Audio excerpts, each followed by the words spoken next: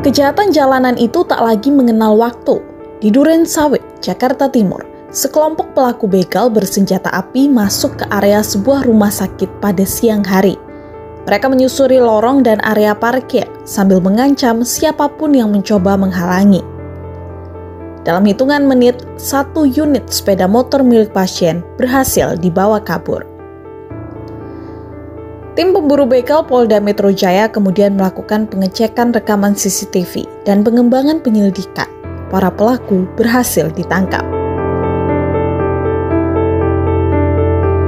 Pemirsa, kalau polisi sudah berhasil menangkap salah satu pelaku begal dan saat ini sedang dibawa ke Polda Metro Jaya. Kita lihat kalau kondisinya di borgol tangannya dan juga kakinya ini tampak terluka ya. Kemungkinan besar ini dilumpuhkan ketika penangkapan. Kita juga melihat kalau kondisinya sekarang tidak baik-baik saja dan harus dimasukkan ke ambulans untuk mendapatkan penanganan lebih lanjut. Tidak hanya satu pemirsa, ternyata ada 2. Kita bisa lihat satu di sini. Pelaku yang merupakan laki-laki begitu ya, sama dengan kondisi yang sama, kakinya juga terluka seperti itu. Bang, ini mau dibawa kemana Bang? Ke Kramat Jati. Ke Kramat Jati. Jadi ini terluka saat penangkapan Bang? Iya. Pada saat itu melakukan perlawanan Bang? Nanti Pak Direktur yang jelasin Bang. Oh oke. Di mana? Di mana? Ini pelaku yang dari mana Bang? Yang di Kebun Jeruk. Ya. Sekarang kita lihat pemirsa kalau 2 ambulans ini sudah bersiap untuk membawa 2 pelaku menuju ke RS Polri Kramat Jati untuk dilakukan penanganan lebih lanjut. Kita lihat ya, tadi 2 orang sudah didatangkan, diperlihatkan kepada media dan kemudian sekarang akan bergerak menuju rumah sakit karena keduanya dalam kondisi terluka di bagian kakinya, terkena tembakan atau timah panas polisi.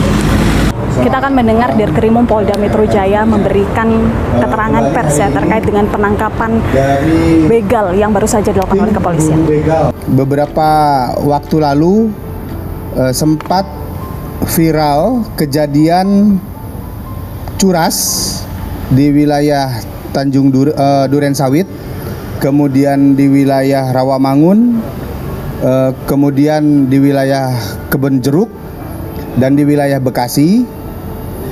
Lalu kemudian kami melakukan pengejaran terhadap terduga pelaku, dan saat akan dilakukan penangkapan, pelaku mengeluarkan senjata api sehingga kami melakukan tindakan terukur dan tegas.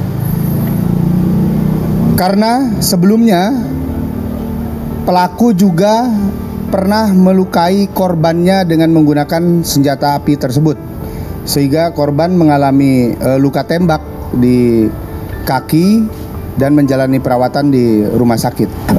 Tentunya setiap tindakan yang dilakukan oleh penyidik atau tim kami di lapangan, kami terus berpedoman pada seluruh ketentuan yang mengikat pada diri kami, baik itu peraturan Kapolri, KUHAP, KUHP, yang semuanya melekat dalam rangka menjamin setiap upaya dan tindakan penegakan hukum yang dilakukan oleh kami sebagai aparat penegak hukum adalah tindakan yang menghormati hak asasi manusia. Saat ini tengah berlangsung sesi tanya jawab antara Dirkrimum dengan para wartawan, di mana salah satunya ingin membahas mengenai seperti apa kemudian mekanisme kerja tim pemburu begal ini yang dibentuk langsung oleh Polda Metro Jaya. Seperti apa kemudian proses penangkapan supaya terukur, karena kita tahu ada penggunaan senjata api juga di dalamnya.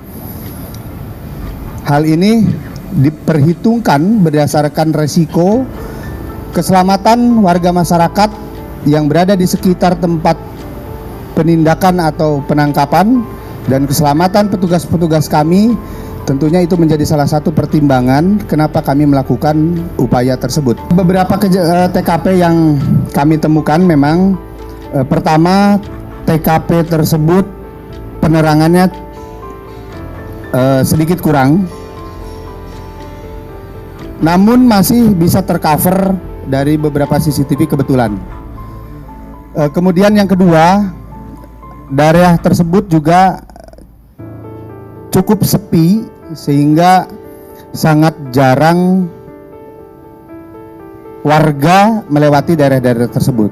Oleh karena itu kami juga selain kami melakukan upaya preventif dengan melakukan patroli pada daerah-daerah rawan gangguan kejahatan tersebut, kami juga menghimbau kepada masyarakat untuk menghindari area atau jalan-jalan yang sepi atau tidak biasa digunakan, misalkan hanya karena ingin cepat memotong jalan atau shortcut. Kami sarankan lebih baik sedikit memutar namun melalui jalan-jalan yang cukup ramai. Namun demikian, yang pastinya adalah tentunya kami akan terus berusaha untuk melakukan upaya-upaya secara pencegahan maupun upaya-upaya represif terhadap kejadian yang sudah terjadi atau pengungkapan atas perkara-perkara yang terjadi di wilayah kami.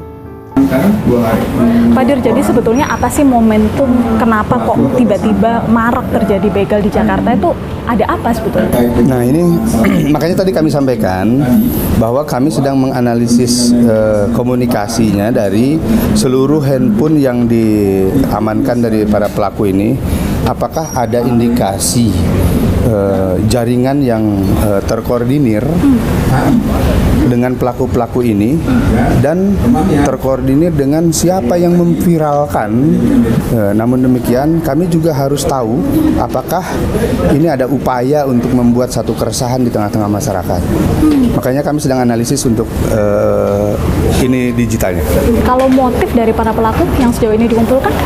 Motif dari para pelaku ada sebagian itu motif ekonomi, kemudian sebagian ada gaya hidup, sebagian daripada pelaku juga menggunakannya untuk membeli narkoba. Jadi karena dia tidak punya pekerjaan, kemudian dia membutuhkan uang untuk membeli narkoba, dia melakukan kejahatan tersebut. Mereka beroperasi sendiri atau berkelompok atau? Yang melakukan ada yang melakukan 4 orang, nah itu sama-sama. Nanti ada yang mengeksekusinya, ada yang melihat situasinya. Nah kemudian ada juga yang berdua juga sama berbagi peran. Yang sendiri juga ada. Kalau untuk profil dari tim pemburu begal ini apa? Untuk tim pemburu begal yang kami bentuk tentunya memiliki kualifikasi dan kompetensi yang cukup. Pertama dari segi pengalaman, kemudian dari segi kemampuan, kemudian dari segi kompetensi atau penguasaan terhadap berbagai permasalahan di bidang reserse. Karena mereka dihadapkan pada tantangan kejahatan yang high risk, ya. Namun mereka juga dituntut untuk tetap menjaga profesionalismenya. Kemudian mereka dituntut untuk menjaga sebagai petugas yang menjamin hak asasi manusia itu bisa terlindungi, baik itu kepada masyarakat yang lainnya ataupun kepada tersangka yang akan kita lakukan penangkapan. Jadi HAM-nya harus kita lindungi, tugas kita juga harus kita jalankan dengan baik, profesionalisme kita harus jaga, sikap dan perilakunya juga kita harus yang baik, sehingga ini butuh skill, kompetensi, perilaku, wawasan yang luar biasa. Ini pihak polisi sedang mengecek ya isi kendaraan mereka.